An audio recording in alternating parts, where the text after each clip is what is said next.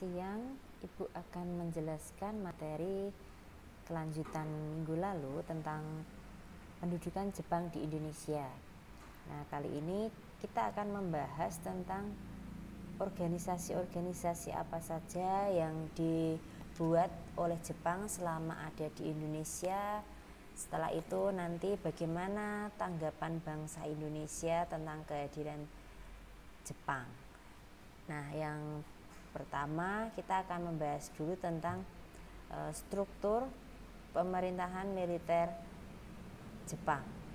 Nah, Jepang itu pusat kantornya ya, kantor utamanya di bawah komando Panglima Besar Tentara Jepang yang ada di Asia Tenggara itu ada di Saigon. Saigon itu ada di Vietnam. Tapi sekarang Saigon itu sudah nggak ada kotanya ya. Nama kotanya yang nggak ada, kotanya masih ada. Namanya sudah baru, kalau sekarang diganti dengan Ho Chi Minh City ya. Jadi dulu Saigon, sekarang diganti menjadi Ho Chi Minh City. Nah, ini berkaitan dengan materi sejarah peminatan ya, tentang perubahan nama Saigon, Ho Chi Minh City. Tapi itu nanti di kelas 12 peminatan. Nah, dibagi menjadi 3 ya. Tentara 16 ke 25 dan Armada Selatan ke-2. Nah, kalau yang tentara ke-16 itu memerintah Jawa dan Madura, pusatnya di Jakarta. Tentara ke-25 itu memerintah Sumatera yang berpusat di Bukit Tinggi. Ini semua angkatan darat. Kemudian yang ketiga itu angkatan laut, itu memerintah atas Kalimantan, Sulawesi, Nusa Tenggara, Maluku, dan Papua yang berpusat di Makassar. Kemudian ini adalah bagan struktur pemerintahan militer Jepang. Ini tidak perlu dihafalkan ya, sekedar tambahan pengetahuan saja supaya kalian tahu. Kemudian ini adalah organisasi pergerakan massa pada masa pendudukan Jepang.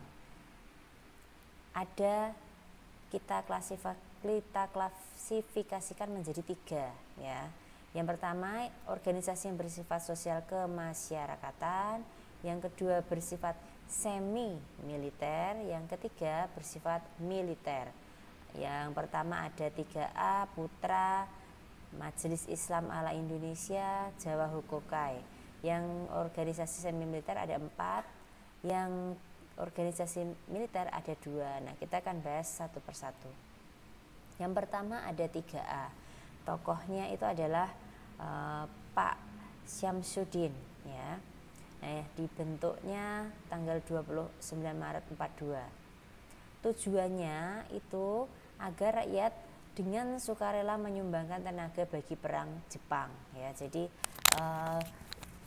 terutama pada para pemuda ya, supaya mereka tuh membantu menyumbangkan tenaganya untuk membantu Jepang dalam berperang. Lawan siapa? Kemarin itu seperti Ibu jelaskan, dalam perang dunia dalam perang dunia kedua itu melawan Amerika Serikat di Asia Timur ya. Kemudian gerakan 3A ini nanti akan dihapuskan karena kurang efektif membantu Jepang. Ibu akan menjelaskan organisasi-organisasi ini secara singkat-singkat saja ya. Kemudian ini yang terkenal ya, atau yang kita sebut tokoh-tokohnya ini adalah 4 serangkai. Pusat Tenaga Rakyat atau Putra. Dipimpin oleh 4 serangkai, ada Soekarno, Pak Hatta, kemudian ada Ki Hajar Dewantoro, kemudian ada Mas Mansur ya. Tujuan versi Soekarno ya. Kalau tujuannya Pak Soekarno, Putra ini dibentuk untuk membangun dan menghidupkan kembali segala sesuatu yang telah dirusak oleh Belanda dan membujuk kaum nasionalis dan juga kaum intelektual agar dapat mengerahkan tenaga untuk melawan Jepang. Tapi kalau tujuannya versi Jepang itu untuk memusatkan segala potensi masyarakat Indonesia dalam membantu usaha perangnya. Jadi kalau organisasi-organisasi yang dibuat oleh Jepang itu intinya seluruh membantu Jepang dalam perang. Jadi semacam dimanfaatkan tenaganya. Kemudian yang berikutnya ada MIAI atau Majelis Islam ala Indonesia. Diaktifkan kembali 4 September 42 oleh Jepang. Kenapa diaktifkan kembali? Karena dulu MIAI ini sempat dilarang pada masa Belanda, ya. Tokohnya ada Mas Mansur dan ada Abdul Wahid Hasim. Kenapa sih organisasi ini tetap diizinkan oleh Jepang, ya, diaktifkan kembali? Karena organisasi ini dinilai anti Barat atau anti Barat itu ya membenci kaum kolonialis, ya, ada Belanda dan kawan-kawannya itu. Kemudian tugas MIAI itu apa? Menempatkan umat Islam pada kedudukan yang layak dalam masyarakat. Jadi organisasi ini intinya tetap diizinkan oleh Jepang karena organisasi ini tidak bersifat politik atau hanya bersifat agama. Jadi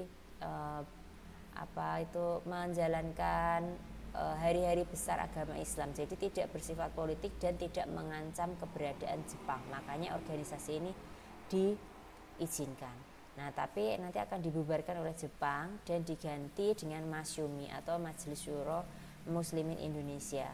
Jadi ini sebenarnya hampir sama, berjalan dalam bidang organisasi keislaman, tetapi diganti namanya menjadi Masyumi.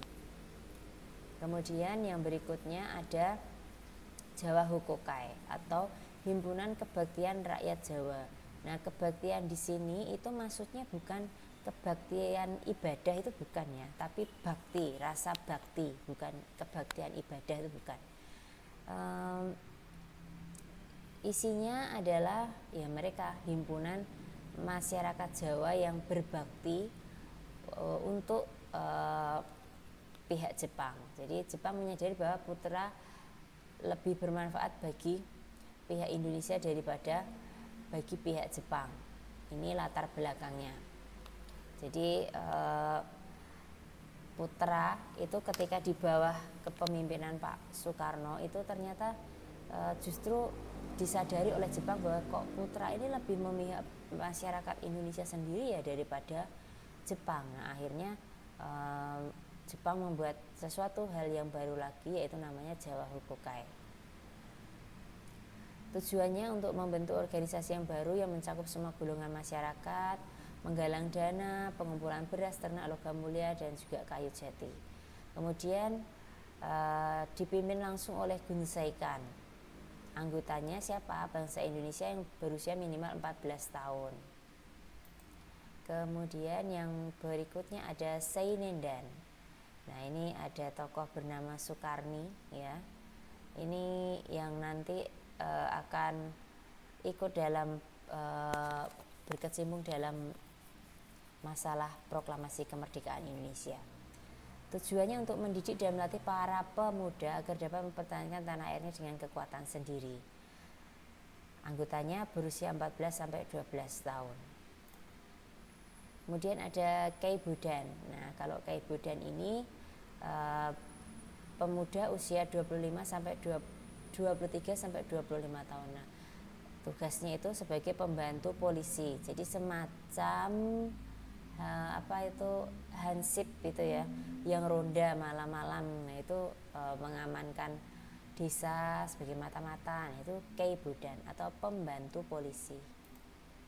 Kemudian yang berikutnya ada barisan pelopor. Nah, ini ada Oto Iskandar Dinata. Nah, beberapa gambar yang Ibu tunjukkan itu nanti akan kita bahas di pertemuan berikutnya. Jadi kalian perhatikan ya, Oto Iskandar Dinata nanti juga akan ada perannya cukup besar di materi berikutnya. Nah, barisan pelopor ini tujuan berdirinya itu adalah kesadaran rakyat untuk berkembang sehingga siap untuk membantu Jepang dalam mempertahankan Indonesia. Dipimpin oleh Soekarno, Suroso, Oto Iskandar Dinata, Buntaran, Marto Atmojo. Nah, tapi yang Ibu Ibu tebalkan itu yang Oto Iskandar Dinata ini ya, karena nanti akan kita bahas di pertemuan berikutnya. Keanggotanya semua pemuda baik yang terpelajar maupun tidak. Jadi mereka semuanya bisa masuk dalam barisan pelopor. Kemudian ada Hizbullah atau Tentara Allah. latar belakangnya apa? Jepang mengalami kekalahan dalam perang Asia Pasifik. Jadi ini organisasi tahunnya sudah 1944 ya. Jadi 1 tahun sebelum kemerdekaan Indonesia. Jepang itu sudah mulai kewalahan menghadapi Amerika Serikat sehingga membuat tentara yang namanya tentara Hizbullah. Jadi nanti tentara ini juga setelah Indonesia merdeka, tentara ini masih akan tetap ada. Keanggotaannya itu khusus pemuda-pemuda Islam. Nah, sekitar 40.000 orang, sangat banyak. Kenapa? Karena dikerahkan untuk membantu Jepang yang sudah mulai kalah. Kemudian ada Heiho. Heiho ini disebut juga pasukan pembantu. Tugasnya adalah langsung ditempatkan di dalam organisasi militer Jepang, baik angkatan darat maupun angkatan laut. Keanggotaannya dari mereka usia 18-25, berbadan sehat, kelakuan baik, minimal lulusan SD. Jadi ini udah kayak syarat-syarat kalau masuk tentara beneran ya, tapi zaman dulu. Tujuannya untuk membantu tentara Jepang. Kegiatannya membangun kubu-kubu pertahanan, menjaga kamp pertahanan, dan membantu perang Jepang. Kemudian yang berikutnya ada Peta, pembela tanah air. Ya, ada Supriyadi, ada Jenderal Sudirman. Ini adalah 2 orang produk-produk Peta ya, yang terkenal, Jenderal Sudirman ini ya. Nah, latar belakangnya apa? Yaitu Heiho yang sebelumnya tadi itu kurang memadai atau kurang cakap gitu ya dalam hal militer. Dalam menggunakan senjata itu kurang begitu pinter. Nah, terus akhirnya dibuat Peta ini, karena Peta ini sungguh dilatih sangat luar biasa sehingga mereka tuh dalam menggunakan senjata itu sangat pintar. Kemudian tokohnya ada Supriyadi dan Sudirman. Nah, Peta ini adalah organisasi yang sampai sekarang itu masih ada. Tetapi diingat-ingat ya teman-teman, namanya sudah berganti ya. Jadi sekarang Peta ini namanya adalah TNI. Nah, proses pergantian namanya seperti apa nanti akan kita pelajari ya. Jadi Peta ini kata lain adalah cikal bakal dari TNI yang ada di Indonesia. Jadi Peta ini organisasi militer ya, organisasi militer buatan Belanda yang sangat berguna bagi Indonesia. Nah, kemudian kita akan masuk ke subbab berikutnya. Jadi kalau di awal-awal tuh kita mempelajari tentang bagaimana sih prosesnya Jepang itu masuk ke Indonesia, iming-iming atau propaganda apa yang mereka bawa. Kemudian setelah mereka masuk ke Indonesia, mereka membuat apa, membuat banyak organisasi. Nah, kemudian sekarang kita akan membahas tentang bagaimana tanggapan bangsa Indonesia ketika Jepang itu sudah beberapa tahun ya, 1-2 tahun ada di Indonesia. Itu bangsa Indonesia sudah mulai memberikan respon. Responnya itu adalah berupa yang namanya perlawanan ya, karena merasa bahwa apa yang dilakukan Jepang di Indonesia itu tidak baik. Nah, ada 4 perlawanan yang akan kita bahas. Yang pertama, perlawanan Sukamanah di Tasikmalaya. Latar belakang itu apa? Ada penolakan kaum santri-santri Pondok Pesantren Sukamanah Singaparna untuk melakukan yang namanya Seikere. Tolong diingat-ingat, namanya adalah Seikere. Seikere itu apa? Seikere itu adalah tradisi atau upacara membungkukkan badan seperti ini, setengah badan ke arah matahari terbit. Nah, jadi Jepang itu menuntut mereka ini, para penduduk yang ada di Sukamanah Tasikmalaya ini, untuk melakukan seikere. Nah, diketuai oleh Zainal Mustafa ini ya. Mereka itu menolak disuruh melakukan seikere. Kenapa? Karena menurut mereka kegiatan ini seikere itu dianggap musyrik atau berlainan, bertolak belakang dengan kepercayaan mereka. Jadi mereka menghormati Tuhan mereka, tapi mereka malah disuruh menyembah atau hormat ke arah matahari terbit sesuai dengan keyakinannya orang Jepang. Nah, akhirnya terjadilah perlawanan di situ, perang gitu ya. Terus akhir perlawanannya Zainal Mustafa ini melakukan perlawanan dan akhirnya ditangkap dan dihukum mati. Kemudian yang kedua itu adalah Indramayu. Latar belakangnya apa? Rakyat harus menyerahkan sebagian besar hasil padanya kepada Jepang dan kebijakan Romusa. Jadi kalau Jepang itu punya kebijakan kerja paksa yang sangat menyengsarakan rakyat, namanya adalah Romusa. Semboyannya mereka itu lebih baik mati melawan Jepang daripada mati kelaparan, dan akhir perlawanannya mengalami kekalahan.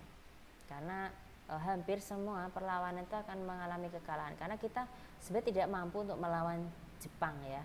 Kenapa kita bisa berhasil merdeka? Itu karena Jepang yang mengalahkan Amerika. Jadi mereka harus terpaksa mundur teratur gitu ya dari Indonesia, dan kita hanya memanfaatkan momen untuk kemerdekaan. Kalau untuk melawan Jepang sendiri memang terlalu berat, karena dari segi militer mereka jauh lebih mumpuni. Mereka saja mampu melawan Amerika, apalagi hanya kita waktu itu Indonesia yang belum mengenal persenjataan begitu bagus.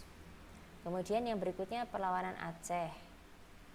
Latar belakangnya adalah Romusa ya, yang menyengsarakan rakyat. Nah, tokohnya ada Tengku Abdul Jalil. Akhir perlawanannya juga mengalami kekalahan. Kemudian perlawanan di Blitar, latar belakangnya adalah persoalan Romusa juga ya. Jadi intinya yang Romusa itu adalah kerja paksa itu tadi, rakyat menjadi sengsara, kemudian mereka disuruh untuk mengumpulkan hasil pangan padi ya. Jadi diberikan kepada pihak Jepang dan banyak nanti akan mengalami kelaparan. Kenapa? Karena Jepang itu lebih mementingkan mereka itu disuruh kerja paksanya itu untuk militer, bukan untuk menanam. Beda dengan zamannya Belanda. Kalau zamannya Belanda itu mereka disuruh kerja paksa, ada kultur porosenten, ada disuruh menanam tanamannya orang Eropa kayak kopi kayak gitu, tapi beda dengan zamannya Jepang. Kalau Jepang ini lebih ke militer. Kemudian tokohnya itu adalah tentara peta waktu itu, Pak Supriyadi. Terus akhir perlawanannya apa? Perlawanan ini dapat dipatahkan oleh Jepang, sedangkan Supriyadi tidak diketahui keberadaannya. Nah, kemudian ini ada kebijakan ekonomi yang diterapkan oleh Jepang ketika ada di Indonesia, yaitu menyita aset-aset ekonomi yang penting, melakukan pengawasan yang ketat dalam bidang ekonomi. Kemudian ada kebijakan self-sufficiency atau autarki, ingat-ingat ya. Ini adalah kebijakan yang diterapkan oleh Jepang di Indonesia, yang mengatakan bahwa sebagai sebuah negara, bangsa, kita tuh harus dapat memenuhi kebutuhannya sendiri, jadi jangan tergantung kepada negara lain. Nah, ini salah satu kebijakan yang baik yang diterapkan di Indonesia, yang diajarkan di Indonesia. Kemudian ada setoran wajib, Romusa, merosotnya produksi pangan ya, karena mereka lebih difokuskan ke militer, terjadi banyak kelaparan. Kemudian mata uang yang berlaku adalah yen dan mata uang Hindia Belanda, dan melikuidasi bank bekas milik musuh, berarti miliknya Belanda. Kemudian yang berikutnya dalam bidang sosial pendidikan, ada Romusa Jugun Ianfu. Jugun Ianfu itu apa? Jadi kalau kalian melihat film Pak Soekarno ya, itu ada ketika momen dimana para wanita pemuas nafsu tentara Jepang yang ada di Indonesia, itu mereka disebut dengan Jugun Ianfu. Jadi banyak masyarakat waktu itu, wanita khususnya, secara paksa itu diminta untuk menjadi pemuas nafsu tentara Jepang yang ada di Indonesia. Nah, ini pernah ada filmnya juga ya, dan ini sungguh sangat mengerikan ya, karena wanita-wanita itu dipaksa, kalau mereka tidak mau menjadi Jugun Ianfu, mereka akan dibunuh ataupun mereka akan diculik dari rumahnya, terus mereka akan diperkosa di hadapan orang tuanya. Itu pernah ada. Kemudian yang berikutnya dalam bidang pendidikan, sekolah terbuka bagi semua penduduk, jadi tidak seperti zaman Belanda ya, hanya khusus para laki-laki. Kemudian rakyat diwajibkan mengikuti tradisi penghormatan matahari seperti yang Ibu jelaskan tadi. Terus bahasa Belanda dilarang digunakan. Diterbitkan koran berbahasa Jepang dan dibuka kursus bahasa Jepang. Nah, Jepang mengatur stratifikasi sosial masyarakat di Indonesia itu menjadi 3 golongan. Yang pertama tetap karena mereka yang nomor 1 yaitu Jepang, yang kedua itu pribumi, dan yang ketiga orang Eropa dan Timur Asing. Nah, ini ada gambar-gambar teman-teman. Ini adalah gambar-gambar ketika Romusa itu diterapkan di Indonesia. Nah, kalian bisa lihat mereka tuh sampai terlihat tulang-tulangnya ini ya. Jadi mereka kelaparan ya, sungguh mereka tuh lebih kejam daripada zamannya Belanda. Nah, kemudian dalam bidang birokrasi atau pemerintahan itu kekuasaan Jepang dibagi di Indonesia dipegang oleh militer angkatan darat dan angkatan laut ya. Nah, ini tidak perlu kalian hafalkan juga ya, cukup kalian sebagai pengetahuan saja. Nah, ini ya perlu kalian tahu yang bagian terakhir ini, RT atau rukun tetangga. Nah, rukun tetangga di Indonesia itu yang membuat itu adalah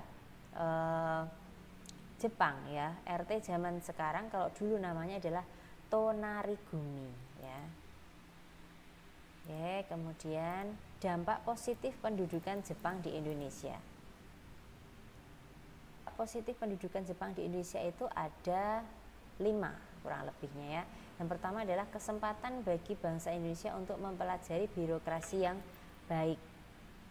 Yang kedua, bahasa Indonesia dijadikan sebagai bahasa pengantar dalam dunia pendidikan.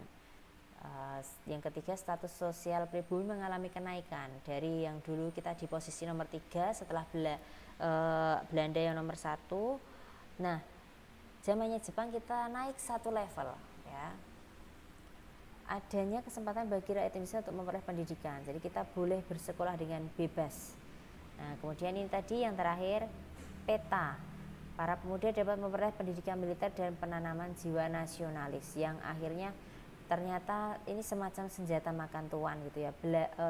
Jepang ngajarin kita baris berbaris, ngajari kita upacara, ngajari kita memakai senjata bagaimana. Ternyata itu sungguh dimanfaatkan oleh bangsa Indonesia, bahkan sampai nanti digunakan untuk melawan bangsa Jepang sendiri, dan juga nanti digunakan untuk melawan Belanda ketika Belanda itu masuk agresi militer 1 dan 2 Belanda yang akan kita pelajari di semester 2. Nah, kemudian ini ada dampak negatif pendudukan Jepang. Semua organisasi politik dilarang. Kenapa? Karena Jepang takut ya, kalau ada organisasi politik bisa mengancam kedudukan mereka. Adanya Romusa ini ya sungguh mensengsarakan dan menjadi dampak negatif juga. Kemudian ketiga, kontrol media cetak dan elektronik yang kuat. Jadi apa maksudnya? Jadi pembatasan terutama media elektronik yang bagian radio ya. Jadi kita tuh terakhir menjelang kalahnya Jepang atau awal-awal menuju kemerdekaan, kita tuh tidak boleh mendengarkan siaran media apapun ya, radio terutama ya. Kenapa? Karena bangsa Jepang itu takut kalau bangsa Indonesia itu nanti akan mendengar berita kekalahan mereka. Jadi ada kontrol media yang sangat kuat. Kemudian alam Indonesia dieksploitasi secara besar-besaran. Banyak para pejuang yang dihukum mati. Pemerintah Jepang ada yang kejam karena berbau fasis. Nah, ini lebih nanti kalian akan pahami di sejarah peminatan ya, yang berhubungan dengan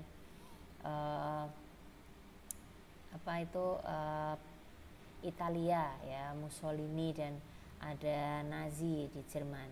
Itu temannya Jepang, pro-nya Jepang. Kemudian yang terakhir adalah banyak wanita Indonesia dijadikan Jugun Ianfu. Nah, kemudian sikap para nasionalis pada masa Belanda dan Jepang. Kalau zaman Belanda, golongan nasionalis justru selalu dicurigai. Nah, kalau zaman Jepang beda, malah mereka diajak untuk bekerja sama. Kenapa? Karena untuk mencari hati bangsa Indonesia itu tadi ya. Kemudian golongan nasionalis bersikap non kooperatif, jadi tidak mau bekerja sama. Kalau zaman Jepang itu justru bersikap kooperatif. Jepang membebaskan golongan nasionalis dari Belanda. Jadi diajak untuk bekerja sama. Pemimpin Indonesia dianggap mempunyai pengaruh pada masyarakat sehingga mereka perlu diajak kerjasama. Nah, ini seperti yang ditanyakan oleh temanmu ketika jimit itu ya, penjelasannya seperti ini. Nah, kemudian bagaimana akhir pendudukan Jepang di Indonesia? Yaitu tahun 1944, posisi Jepang di bawah pemimpinan MacArthur itu semakin terjepit posisinya, situasinya terhadap sekutu. Jadi mulai kalah gitu ya dengan Amerika. Ini MacArthur ya. Kemudian Perdana Menteri Koiso itu memberikan janji ini kemerdekaan kepada Indonesia. Jadi dijanjiin ketika mereka hampir kalah tuh, tenang Indonesia, kamu tuh nggak usah khawatir gitu ya. Kamu nanti akan aku berikan kemerdekaan. Itu kenapa? Karena supaya jangan sampai bangsa Indonesia itu ikut-ikutan menyerang Jepang ya. Mereka sudah di ujung tanduk masih menghadapi masalah dari Indonesia, jadi diiming-imingi janji kemerdekaan.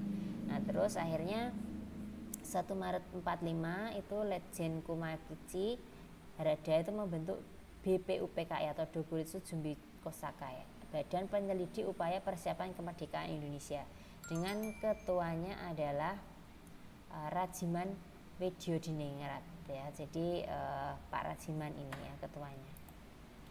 Kemudian apa tugas BPUPKI? Itu adalah menyelidiki berbagai hal terkait aspek politik, ekonomi, pemerintahan, dan hal-hal lain yang diperlukan bagi pembentukan sebuah negara. Jadi persiapan kemerdekaan lah tugasnya BPUPKI ini. Kemudian anggotanya itu ada 60 orang dan 7 anggota Jepang. Nah, kemudian BPUPKI melakukan sidang pertama itu Mei sampai dengan Juni ya, untuk merumuskan dasar negara atau Pancasila. Ada Muhammad Yamin, Supomo, dan Pak Soekarno. Nah, karena belum tercapai sepakat tentang perumusan dasar negara, maka BPUPK itu membentuk panitia yang lebih kecil lagi, atau panitia itu namanya panitia 9. Nah, kemudian nanti akan menghasilkan yang namanya Piagam Jakarta. Nah, ini mungkin lebih apa ya istilahnya, sudah kalian pelajari di mapel PPKN ya. Kemudian setelah BPUPKI menyelesaikan tugasnya, nanti akan diganti, karena kan tugasnya tadi mempersiapkan kemerdekaan. Nah, itu sudah dianggap selesai, kemudian diganti menjadi PPKI atau Dokuritsu Jumbi Inkai. Jadi ini panitia persiapan kemerdekaan. Kalau yang tadi itu BPUPKI diganti menjadi PPKI. Nah, akhirnya nanti tanggal 9 Agustus ya, sudah detik-detik menjelang 17 ini ya, sudah hamin sekian, itu Marsekal Terauchi ini itu nanti akan mengundang 3 tokoh pergerakan nasional yang ada di Indonesia, ada Soekarno, Hatta, dan Pak Rajiman tadi, untuk pergi ke Dalat, Vietnam Selatan untuk diberikan janji kemerdekaan tanggal 24 Agustus. Jadi nanti bangsa Indonesia diberikan janji nanti tanggal 24 Agustus tuh kalian akan boleh mengumumkan kemerdekaan. Nah, ini Piagam Jakartanya ya. Nah, sekembalinya dari Dalat diketahui Jepang telah menyerah kepada sekutu, dan akhirnya 17 Agustus 45 Indonesia memproklamasikan kemerdekaan setelah ada peristiwa ini ya, Hiroshima Nagasaki. Nah, untuk bagian yang terakhir tadi ya, terutama menjelang kemerdekaan Indonesia, itu Ibu tidak menjelaskannya secara terperinci ya. Kenapa? Karena nanti kita akan membahasnya di proklamasi. Jadi nanti penjelasan lebih lengkapnya di bagian proklamasi. Oke, seperti itu teman-teman. Selamat minggu depan, selamat mempersiapkan ulangan harian, dan minggu berikutnya kalian akan PAS. Semoga sukses. Terima kasih.